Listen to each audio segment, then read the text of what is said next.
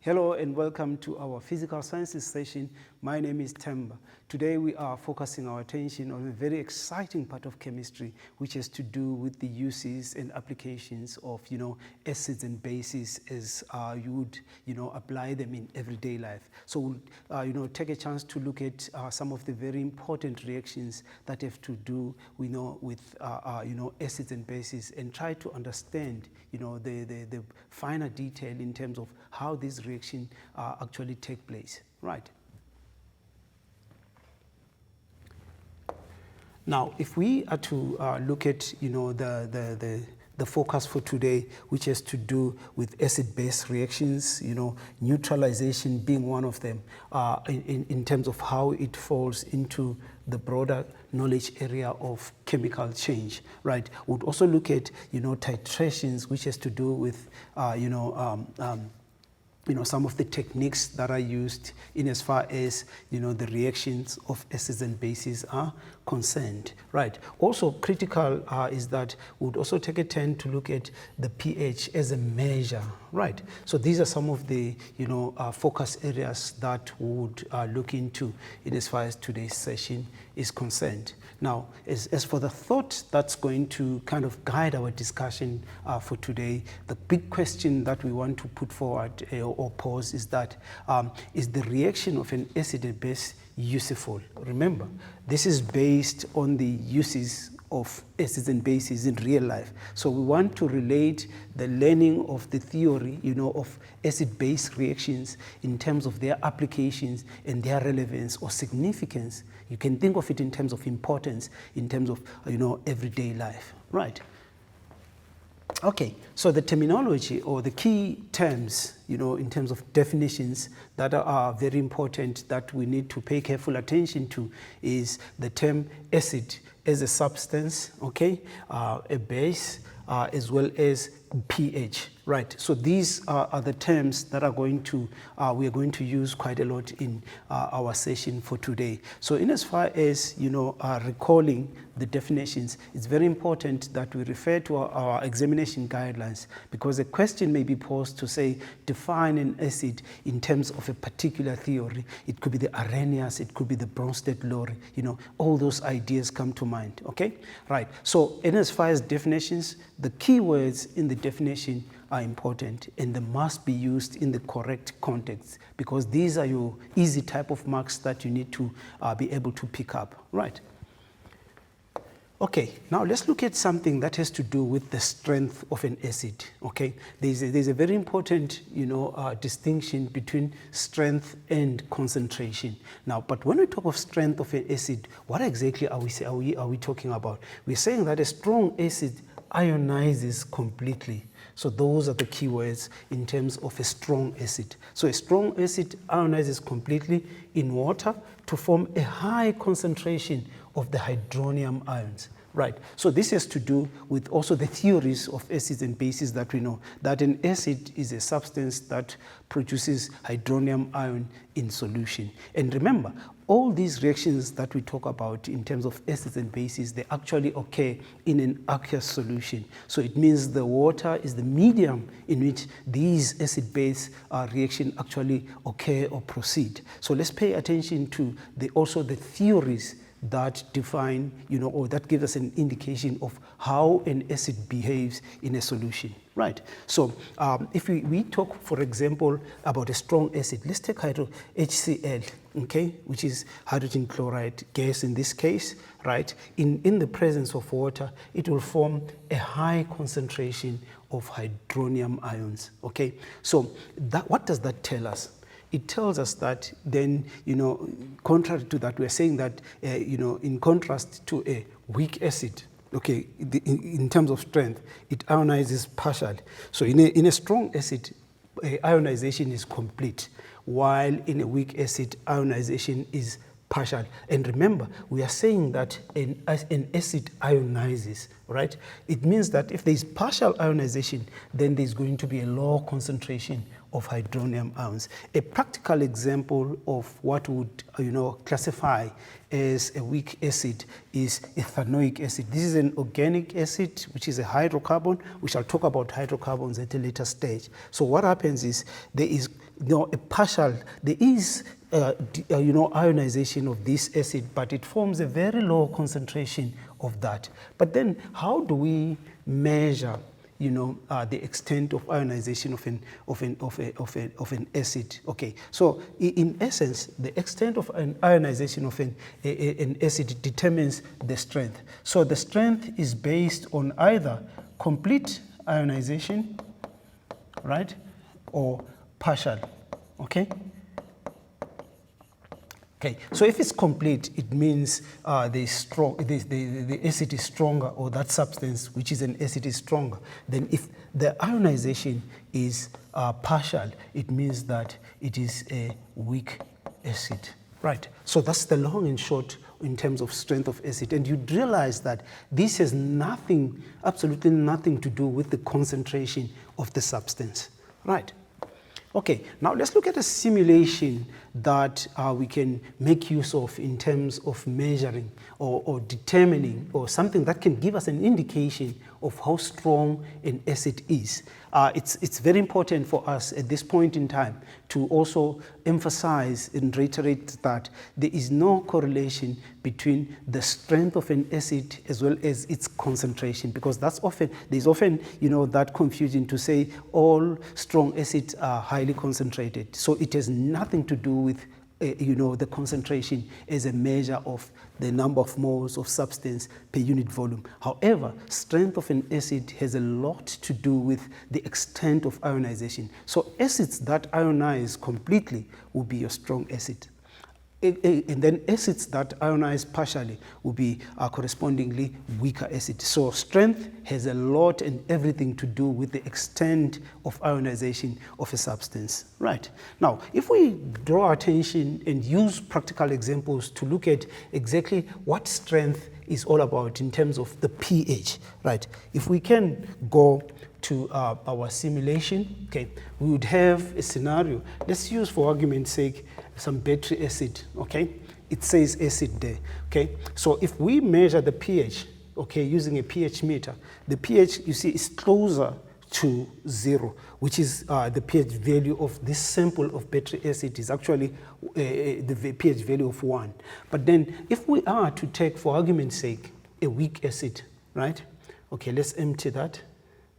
Okay, something that could have a weak acid, and try and make a comparison. Let's take, for argument's sake, orange juice, because it contains some citric acid. If we measure the pH, it's greater than 2, which is 3.5, compared to that of battery acid, which is 1.5.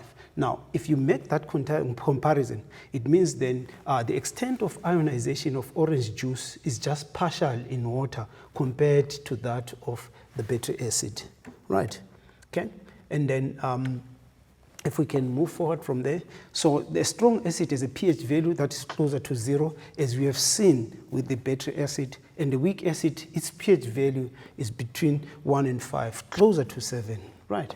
Okay, and then in terms of strength of bases, they dissociate completely if it's a strong base, okay? So now the comparison is that acids ionize, bases dissociates. So where there is complete dissociation of a base in water to form hydroxide ion, as per the theories, okay, then it means this is a strong base. So a practical example of a strong base is sodium hydroxide, okay? It means it will form a high concentration of hydroxide ions, okay? While a weak base dissociates partially, okay, to give a low concentration of hydroxide ions in solution. Right, okay? And then the strength of a base also has to do with dissociation. Just like we said, the strength of an acid has to do with the extent of ionization. Right, and then there are many practical examples that you can use in terms of substances that are bases in real life, because the big question here is what happens, to a substance such as an acid or a base in water. There is dissociation of a base as well as ionization of an acid. Right. So a strong base, its pH value is closer to 14. This is a way of quantifying, the extent at which a base dissociates. But a weak base, its value is between 9 and 11 in terms of the pH, right? So in a neutralization reaction, okay, we talk about acid-base reaction. We know that if you react an acid and a base, the products are salt and water. So a neutralization reaction occurs when the exact amount of each of these substances are present and they react completely. Then we can talk about the reaction in terms of neutralization, pH 7, right? Okay, so when a strong acid reacts with a strong base, for argument's sake, okay, the resulting solution will have a pH value close to 7, provided all the reactants are used up. So there is no excess strong base, there is no excess strong acid, all the reactants have reacted, right? Very, very important. So in an acid-base reaction, if there's an excess acid, the resulting solution will be acidic. Now it means there are no equal volumes that were reacted. One was in excess and the other one was, all of it reacted. So that's the main idea around that. But then what happens if there's an excess base? The resulting solution will have a pH that is greater than 7. So these are some of the important points in as far as acid-base reaction and the pH values. We'll take a short break for now, and then when we come back, we take more discussions on the uses of acids and bases. See you after the break.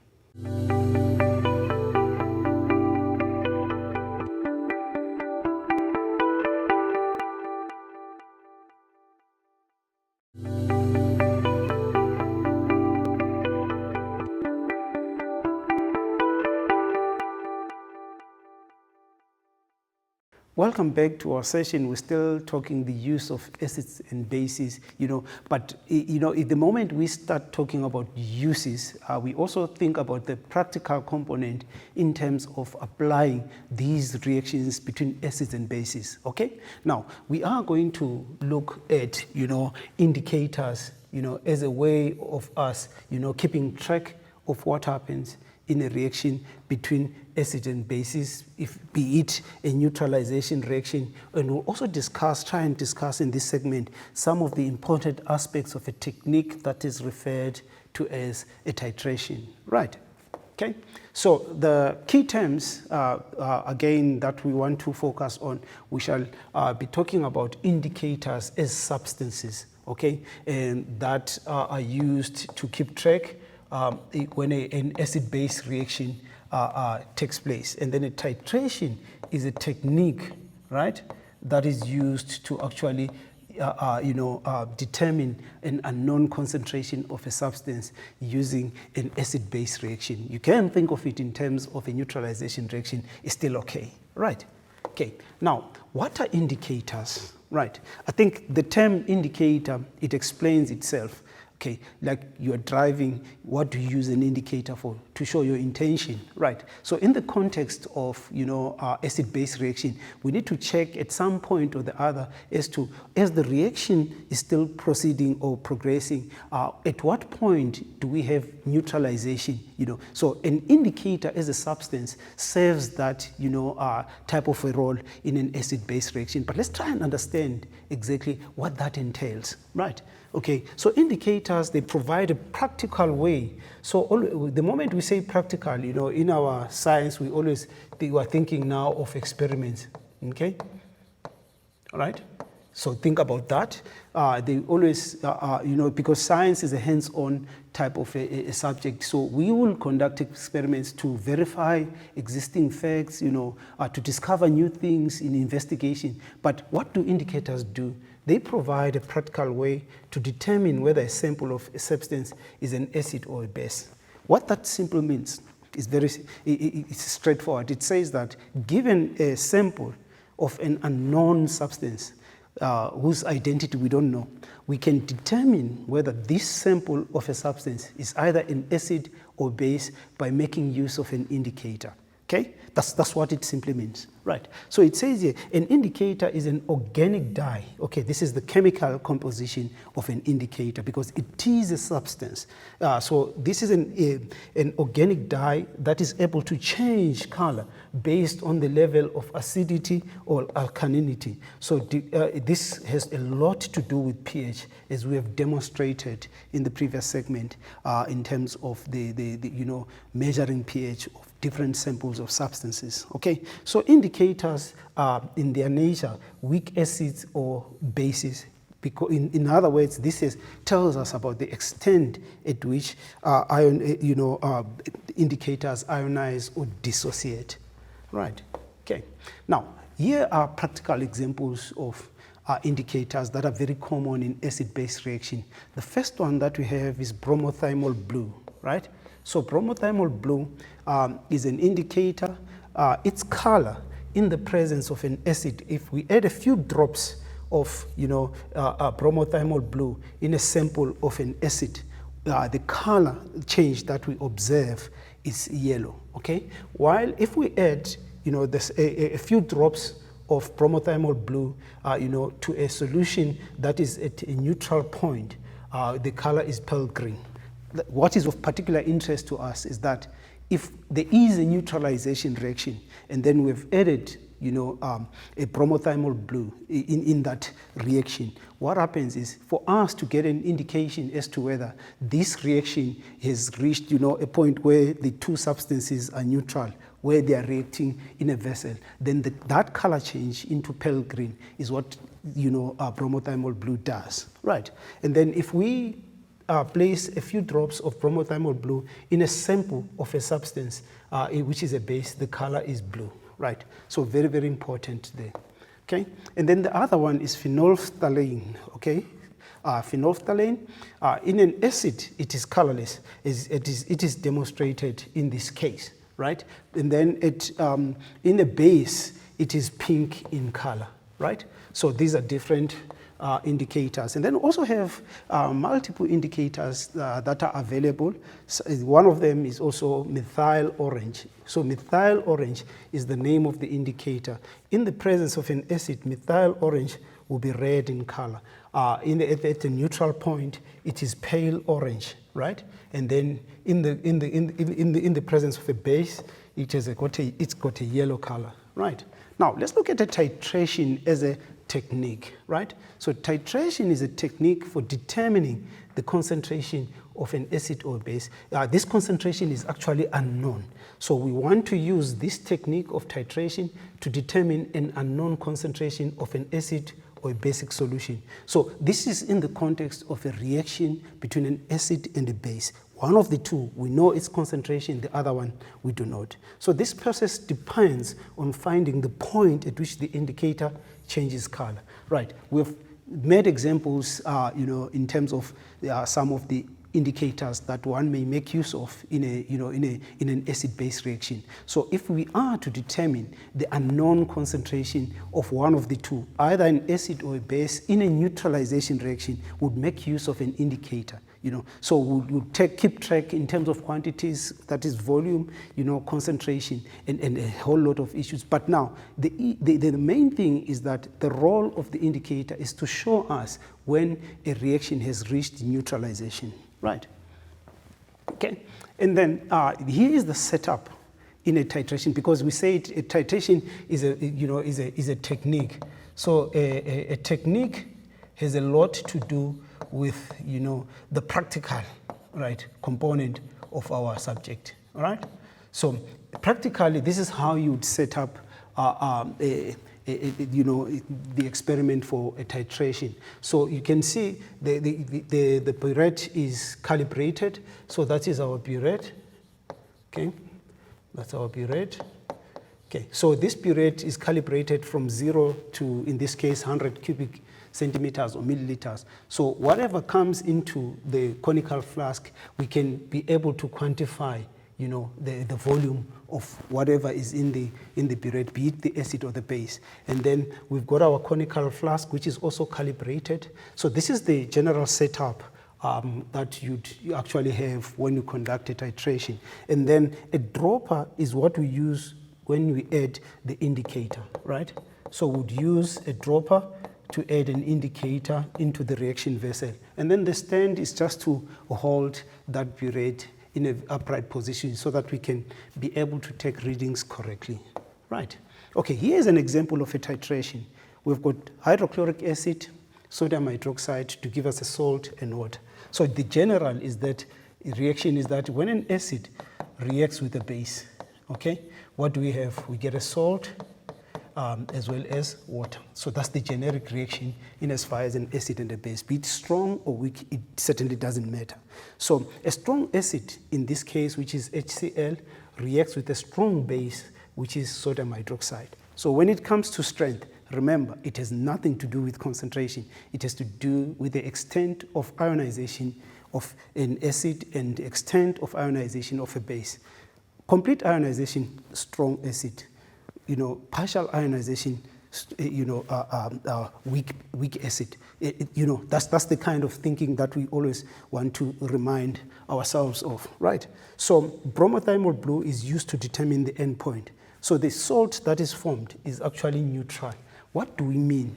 Because strong base and strong acid, when they react completely, the salt that is formed is going to be neutral.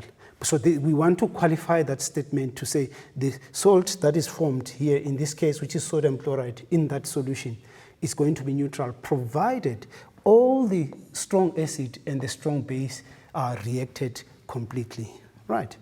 Okay, and then we also have another example of a titration between an acid and a base. But in this case, we've got a strong acid, which is sulfuric acid, and a weak base, which is sodium hydroxide. What do we mean when we say, magnesium hydroxide is actually a weak base? We are saying that magnesium hydroxide, in the presence of water, it dissociates partially to form or to give us a very low concentration of the hydroxide ion. That's what we mean. But equally so, we get a salt and water in that reaction, right? So the salt formed is not neutral. Why is it not neutral? Because we've got a strong acid reacting with a weak base, right? So it makes sense to say that the salt that is formed will be a weak acid, right? Okay, and then also in the above reaction, which indicator do we use? So the choice of indicator that we use is based on the color change and whether the acid and the base reacting in the neutralization are weak or strong.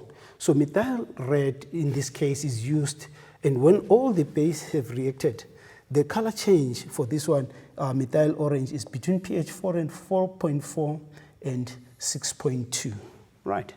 So these are just, some of the practical examples, right? Right, we'll take a short break for now. See you shortly.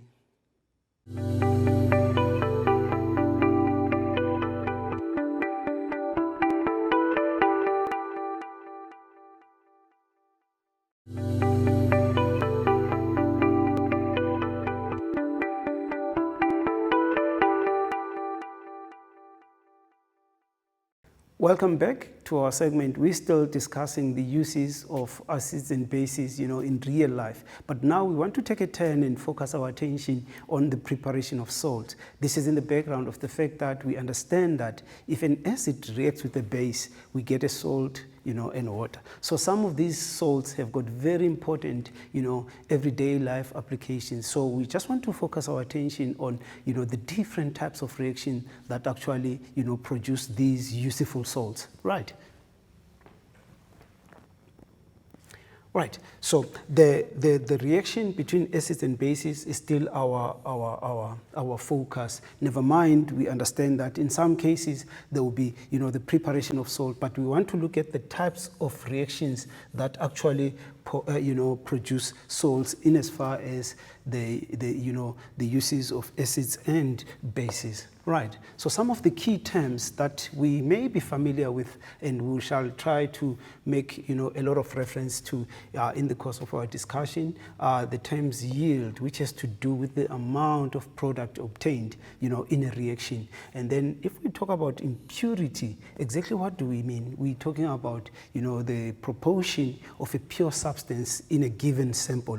So if in real life some of these substances, they exist in ores.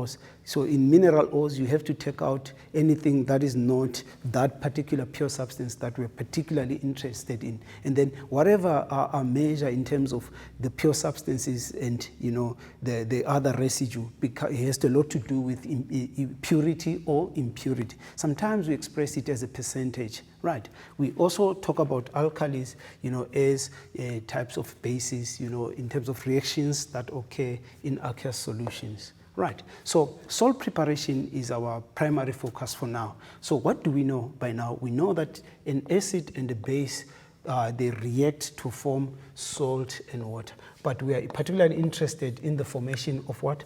Of a salt. Right. So if an acid and a base react completely, what do we mean when we say they react completely? We say in a given sample of acid and a given sample of a base, there is an acid-base reaction whereby both reactants react completely and none of them is left behind. It means then, remember, they react in fixed proportions. So whatever we put in terms of the acid and the base, all of that will react. Then that's what we mean when we say an acid and a base are reacting completely, right? So the salt and water will remain as the product, all right? So that none of the reactants are in excess. So if we evaporate or heat the products, which is salt and water, we'll be able to discover the residue, which is the salt. So this is a physical technique of us, trying to extract the salt from the solution. The process is heating, so there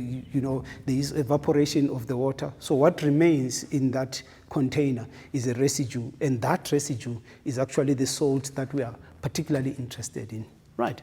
Okay. So the amount of salt formed is the yield of the reaction. So yield is the amount of product that is formed in a reaction. Right. Also, if in the same salt preparation process we've got an excess acid, what do we mean? We are saying that there is a certain amount of acid in the base. Now, all the acid does not react if we are saying the acid is in excess.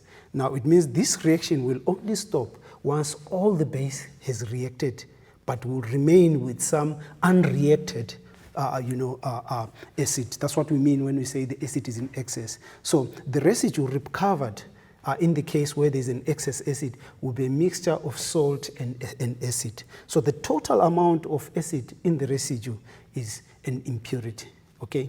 Is an impurity. So that's how we arrive at that. Okay, and then again, when we prepare salts using the correct amount of acid and base such that all of them react to form a pure product, we won't have any impurity, in any case, because these two reactants, they react in fixed proportions. So whatever we have in terms of the quantity of the acid and the base is such that by the end of the reaction, none of the two actually, remains. And then as a result, we get 100% purity salt, which is our product of interest. Right. Okay. Now, there are different methods that we can use in terms of salt preparation. And if we talk methods, immediately what should come to our mind is the type of reactions that we can carry out, practically to obtain certain types of salt. Okay, that's the main idea. Right. So if, for argument's sake, we take an acid and an alkali, we are able to get a salt and other byproducts, okay? So the salt is the main product. Then your water becomes your byproduct. Take note of the language there. And then if an acid and a base, we are able to react, we are able again to get, a salt. Now, acid and a carbonate all will give us a salt. So these three types of reaction are salt-forming reactions, okay? Salt-forming reactions. What do we mean? We're saying what is common in these three reactions that are listed is that all of them, they're actually able to give us a salt, right? And then a practical example of an acid and an alkali, we can have a hydrochloric acid, okay, which is an acid, plus sodium hydroxide, which is an alkali, right?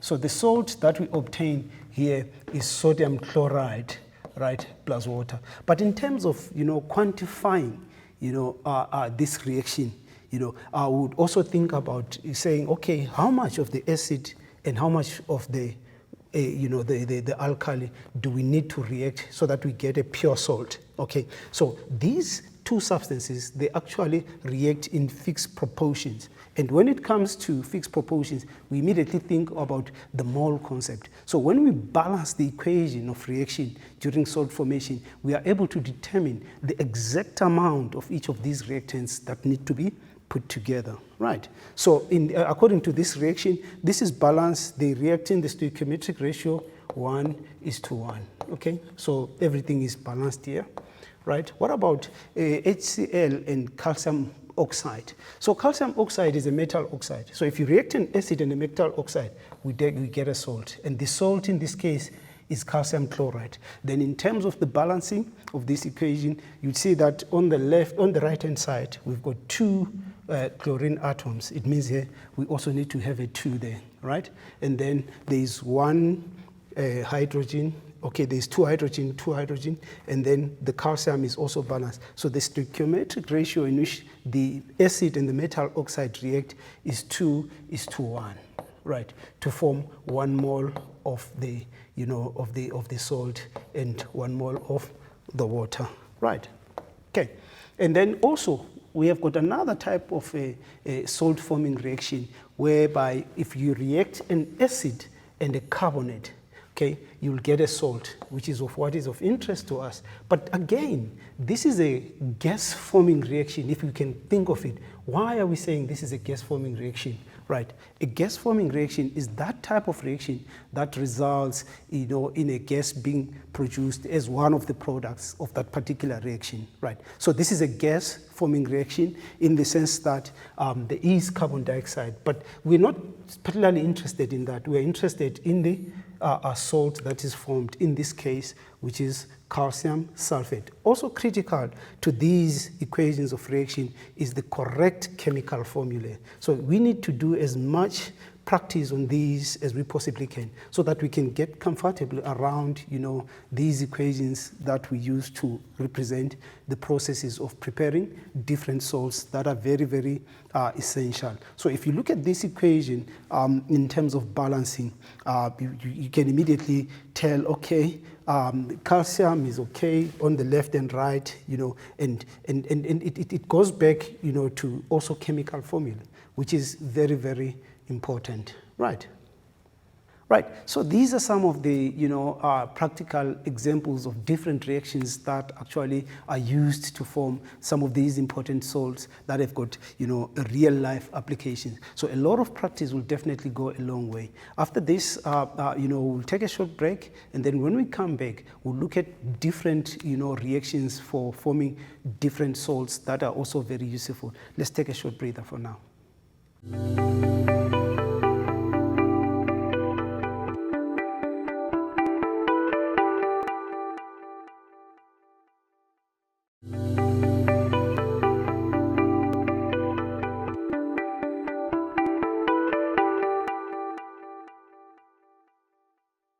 Welcome back to our session. We're still discussing the formation of salts. We're looking at different reactions in terms of using acids and bases in real life. So we want to focus on, a case whereby you are given a salt and then one needs to work backwards to try and determine, for example, which acid or which metal oxide, which base, which alkali actually reacted with an acid to form a certain type of salt. So it's instead of us starting with the reactants, now we want to try and be flexible and work backwards to say, okay, if this is a salt that is given to us, how exactly do we, identify the type of acid or the other reactant to give us that specific type of salt, right? Right, okay, so given the following salt, okay, identify the acid and the base required for the preparation and write a balanced equation of reaction. So balancing of equation will be a very critical skill that we would need. Now, in this case, we've got potassium chloride. Now, where do we start? We are given the chemical name of the salt, right? But then we want to come up with a balanced equation of reaction that shows us how exactly this salt is formed. Now, the starting point, our point of takeoff is actually to write the correct chemical formula for the salt. Okay, potassium chloride, the potassium cation, we know it's K plus, right? So we're going back to chemical formula, and then the chloride ion is Cl minus, right? So the chemical formula of potassium chloride as the salt then becomes KCl, right? So we want an equation of reaction that's balanced, that will show the production or the process of getting or obtaining this salt. So we are talking about an acid. Now we want an acid that will have a chloride, okay? So immediately we are thinking HCl, okay? What is HCl? Yes, this is hydrochloric acid, which is typically a strong acid, plus a base that has got which metal? Potassium. So the base that has got, potassium atoms will be, for argument's sake, potassium hydroxide, okay? Because potassium is a group 1, metal, which is an alkali metal. The hydroxide of group 1 metals are actually strong, bases. So these are the the reactants that we actually require. Now, what does this give us? It gives us our KCl, which is our salt, okay, plus our byproduct, which is water, right? Now, the other part that's also important is the balancing. The stoichiometric ratio in which these react with each other is 1:1. So this is actually the balanced equation of reaction for the formation of our potassium chloride, right? Okay, let's look at another one. Now we've got sodium nitrate, right? Where do we start once again? We start with the chemical formula. Sodium, group 1, Na plus, okay? Then the nitrate ion, which is a polyatomic ion, NO3 minus. Then from this, we are able to determine the correct chemical formula of our salt, which is NaNO3, right? So this is our salt that we want, right? So what is it that we need? We need an acid and a base that's going to give us that. So the moment we see nitrate, that's where we think about the acid. So the acid that contains that nitrate is actually nitric acid. Now again, chemical formula, nitric acid HNO3, okay? Yes, right? Which is a strong acid, plus a base that contains, a nitrate, okay, sodium, because the salt is sodium nitrate. So this is the formula of the salt. This is what actually guides us, right? So what do we have here? We've got sodium hydroxide, right? So we get sodium hydroxide, which is our strong base, right? Just like potassium hydroxide, because it is in group 1. What do we get? We get sodium nitrate, right? Okay, that's our salt, plus our byproduct, which is H2O, right?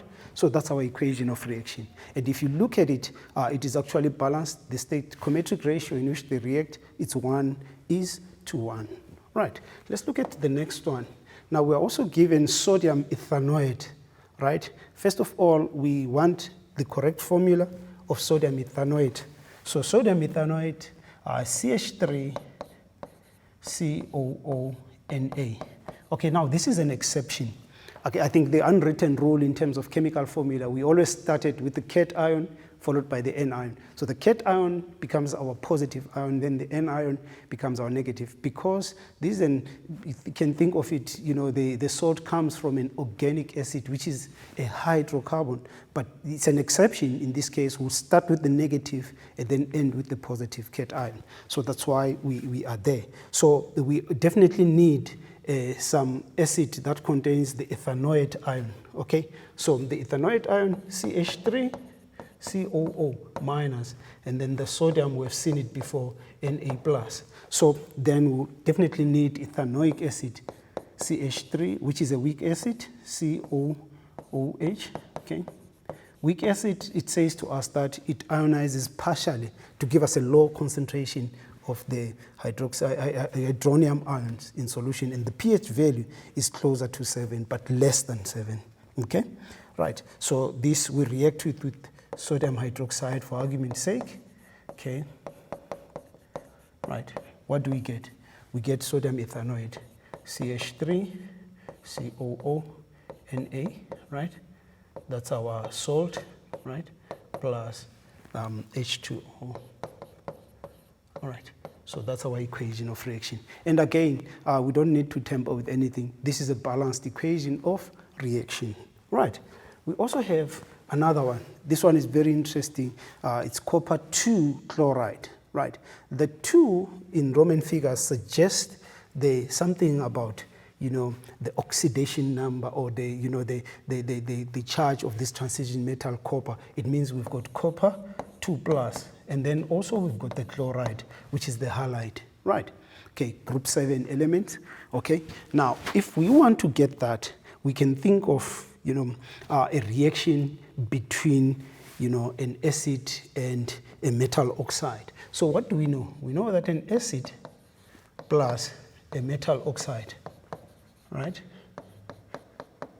actually gives us a salt and water, right, as one of the alternative ways of preparing a salt, okay?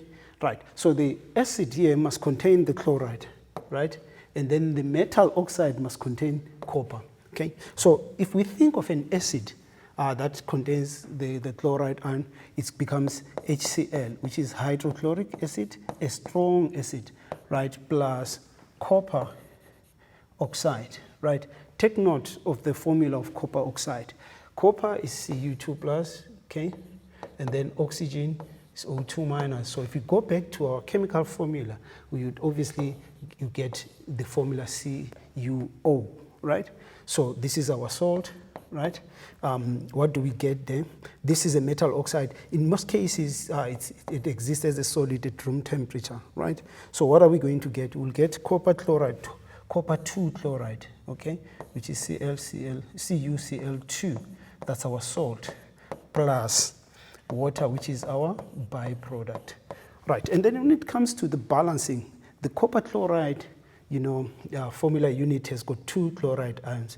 Then atoms, then we can put 2 there, so that at the end of the day, the equation of reaction is balanced. So the stoichiometric ratio in which they react is 2:1. This is going to be very important in terms of determining the purity of the salt that we actually obtain from this reaction, right?